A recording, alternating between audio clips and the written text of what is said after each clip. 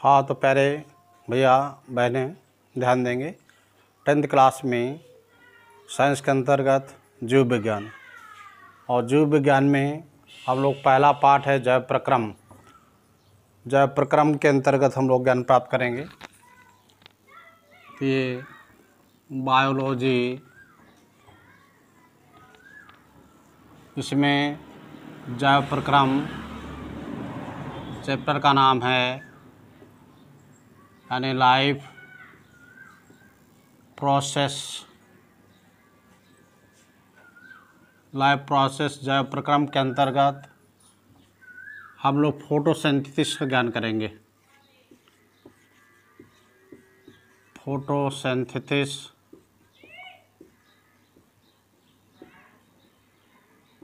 इसको हिंदी में प्रकाश संश्लेषण कहते हैं। क्वेश्चन इस पर आता है कि प्रकाश संश्लेषण किसे कहते हैं, इसके लिए कौन कौन से आवश्यक तत्व हैं। ये लघु आंसर के रूप पर आता है, लघुत्तरी में, बहुविकल्पी में, इस तरह से क्वेश्चन आता है छोटा सा, तो उस पर ध्यान देंगे। तो प्रकाश संश्लेषण किसे कहते हैं, प्रकाश संश्लेषण में ये सूत्र याद रखेंगे आप लोग। तो वातावरण की जो कार्बन डाइऑक्साइड है और जड़ों द्वारा अवशोषित जल, ये हम जल लेते हैं, और सनलाइट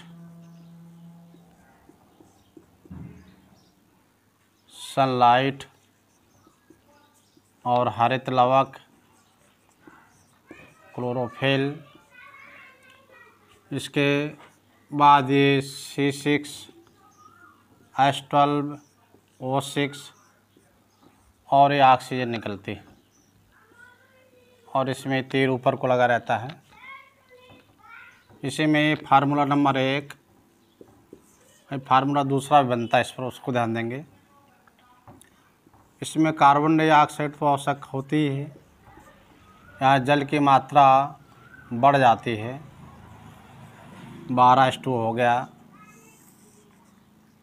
बाकी सनलाइट है,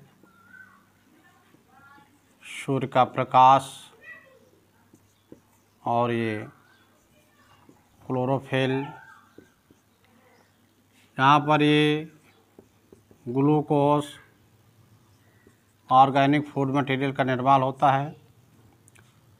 कार्बन डाइऑक्साइड यहाँ ली जाती है और यहाँ पर ऑक्सीजन निकलती है, साथ ही साथ पानी भी निकलता है, 6H2O और 6O2।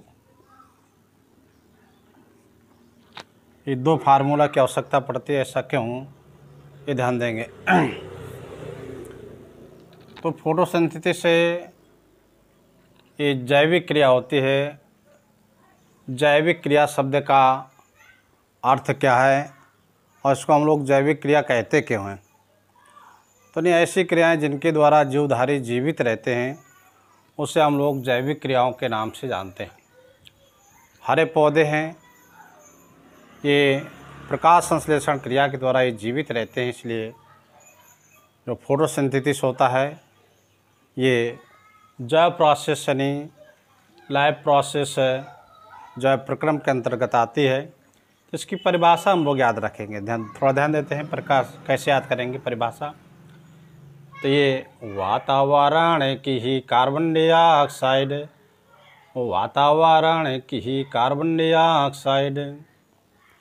और जड़ों द्वारा अवशोषित जल, पौधों के समस्त हरे भाग, सूर्य की ऊर्जा को ग्रहण करके कार्बनिक भोज पदार्थ का निर्माण करते हैं, साथ ही साथ ऑक्सीजन उत्पन्न करते हैं, प्रकाश संश्लेषण कहलाते हैं। प्रिय बच्चे फिर से ध्यान दें।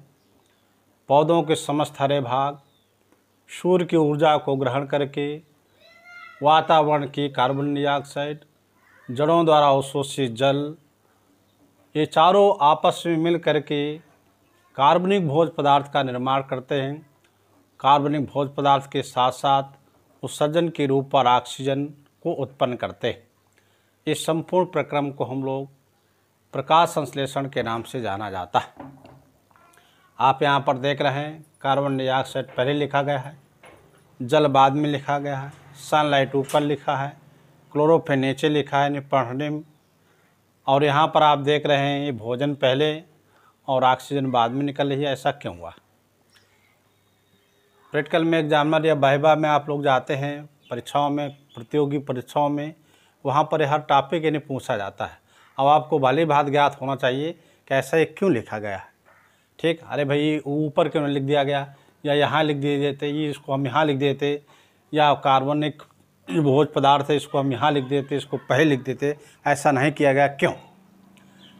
तो प्रिय बच्चे ध्यान देंगे, इसमें आप देख रहे हैं कि सूर्य देवता ऊपर होते, उनके नीचे पौधे होते।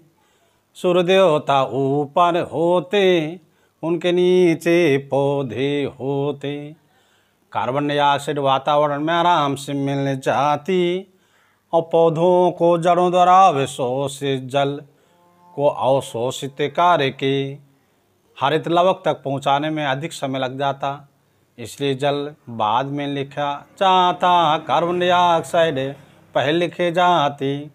इस प्रकार ये चारों आपस मिल करके कार्बनिक भोज्य पदार्थ का निर्माण करते हैं। और ये कार्बन ऑक्सीजन जो यहाँ निकलती है, चूँकि हल्की है, गैस है, गैस अवस्था में, इसलिए वातावरण में तुरंत मिल जाती है। दूसरे फार्मूलों पर नज़र डालते हैं हम लोग। यहाँ पर पानी हमने 12 स्टूल लिया और यहाँ हमको 6 मिल रहा है, तो यहाँ हम लोग लिखेंगे, नोट करके लिखेंगे कि जब प्रकाश संश्लेषण की क्रिया संपन्न होती है, इसमें जल के अणु 2 अणु हम लोग खर्च करते हैं तो 1 अणु की पुनः प्राप्त होती है। ठीक है, कभी कभी पूछा जाता है कि प्रकाश संश्लेषण में यानी जल कितने अणु लेते हैं, कितने अणु खर्च होते हैं, तो आप लोग ध्यान रखेंगे। यहाँ देखो 12 लिखा है, यहाँ पर 6 लिखा है, तो 2 यदि खर्च करते हैं तो 1 की नहीं पुनः प्राप्त होती है, ध्यान रखेंगे। और इसी जल के द्वारा ही ऑक्सीजन की उत्पत्ति होती है। जब ये जल का विखंडन होता है, इस जल के विखंडन से ये ऑक्सीजन उत्पन्न होती है। कभी कभी पूछते हैं तिलक उत्तरी में, बहुविकल्पी में, कि जो प्रकाश संश्लेषण में ऑक्सीजन निकलती कहाँ से उत्पन्न होते हैं, तो आप ध्यान रखिए चारों जैसे पद हैं, यहाँ पर 4 पद हैं, चारों के द्वारा प्रकाश संश्लेषण संपन्न हो रहा है। तो ये जल के अणुओं के विखंडन से ये ऑक्सीजन उत्पन्न होती है। यहाँ पर आप देख रहे हैं कि कार्बनिक भोज्य पदार्थ है, इसका वजन यानी अधिक हो गया, इसलिए पहले बैठ जाता है, और ये ऑक्सीजन हल्की है, इसलिए काफ़ी दूर जा कर के आराम से उड़ जाती है। गति अधिक होगी, वजन कम है, गति कम होगी, वजन अधिक है, तो पहले लिख जाता है और ये बाद में लिख जाता है। अब इसमें पूछा जाता है अतिलघुत्तरी छोटा सा क्वेश्चन फिर पूछते हैं, इस पर थोड़ा ध्यान देंगे कि प्रकाश संश्लेषण के लिए हमें क्या क्या आवश्यक है। तो सीधे ध्यान देंगे, कार्बन डाइऑक्साइड, जल, सनलाइट और ये क्लोरोफिल, ये 4 की आवश्यकता होती है। कभी कभी इसी प्रश्न में ये विकल्प के रूप पर आ जाता है कि कौन कौन से तत्व हमको आवश्यक होते हैं। मान लो ए में दे दिया, विकल्प दे दिया कार्बन डाइऑक्साइड, दूसरे में सी दे दिया, और तीसरे में सनलाइट, चौथे में क्लोरोफिल, आखिरी में कर दिया आल, संपूर्ण, ये सभी, या 3 दे दिया बाद में लिख दिया ये सभी, तो सही हो जाए ये सभी।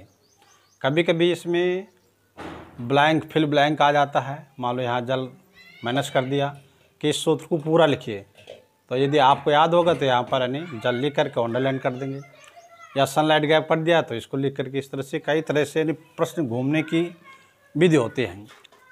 ये जो प्रकाश संश्लेषण है नहीं, फोटोसिंथेसिस है, इसको ऑटोट्रोफिक न्यूट्रिशन भी बोलते हैं।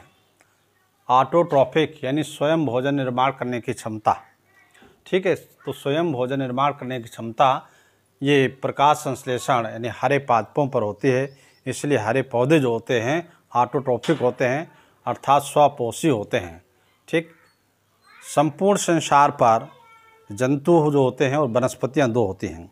तो वनस्पतियाँ में सभी भोजन पदार्थ बना लेते हैं क्योंकि इनमें हरित लवक होता है। केवल कवक ऐसा वनस्पति है जिनमें हरित लवक नहीं होता है, वो नहीं बना पाते हैं, ठीक है, इसलिए वो मृतोपजीवी होते हैं। जंतुओं में केवल यूग्लिना एक ऐसा जंतु है जिसमें हरित लवक पाया जाता है और वो अपना भोजन स्वयं बनाता है। Thank you.